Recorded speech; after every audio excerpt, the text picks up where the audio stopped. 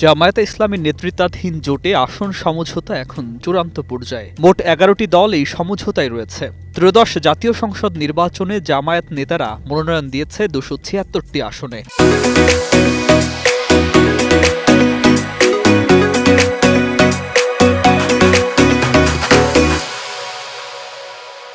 ইসলামী আন্দোলন ২৬৮টি, এনসিপি ৪৭টি, AB party ৫৩টি, বাংলাদেশ খেলাফত মজলিস ৯৪টি, খেলাফত মজলিস ৬৮টি, এলডিপি ২৪টি, খেলাফত আন্দোলন ১১টি, নেজামে ইসলাম পার্টি ৬টি, জাকপা ৩টি এবং বিডিপি ২টি আসনে।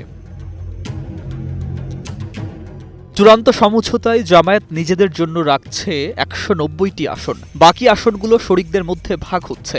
সবচেয়ে বেশি পাচ্ছে চরমোনাই পীরের দল ইসলামী আন্দোলন বাংলাদেশ ৪০টি আসন। কয়েক দফা বৈঠকের পর এই সংখ্যায় এক ধরনের ঐক্যমত্য হয়েছে। তবে ইসলামী আন্দোলন আরও কয়েকটি আসন দাবি করেছে, যেসব আসনে জামায়াত ও বাংলাদেশ খেলাফত মজলিসেরও প্রার্থী রয়েছে। জাতীয় নাগরিক পার্টি এনসিপিকে দেয়া হচ্ছে ৩০টি আসন। জোটে যুক্ত হওয়ার সময়ই এই সংখ্যার আশ্বাস দেয়া হয়েছিল। আসন কমতে পারে এমন আলোচনা থাকলেও জামায়াত সূত্র জানিয়েছে, শেষ পর্যন্ত এনসিপিকে ৩০টি আসনেই ছাড় দেয়া হচ্ছে। এনসিপির আহ্বায়ক নাহিদ ইসলাম জানিয়েছেন, ২-১ দিনের মধ্যেই তার আনুষ্ঠানিকভাবে আসন সংখ্যা জানতে পারবেন। অন্যান্য শরিকদের মধ্যে বাংলাদেশ খেলাফত মজলিস পাচ্ছে ১৫টি, খেলাফত মজলিস ৭টি, এলডিপি ৭টি, এবি পার্টি ২টি এবং বিডিপি ২টি আসন।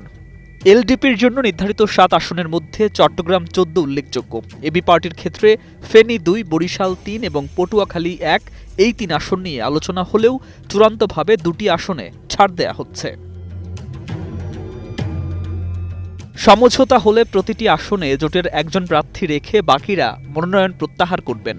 ভোট অনুষ্ঠিত হবে ১২ই ফেব্রুয়ারি আর মনোনয়নপত্র প্রত্যাহারের শেষ সময় ২০ জানুয়ারি। জামায়াতের আমির ড শফিকুর রহমান দেশে ফেরার পর সব দলকে নিয়ে বৈঠকের মাধ্যমে এই আসন সমঝোতা চূড়ান্ত করা হবে।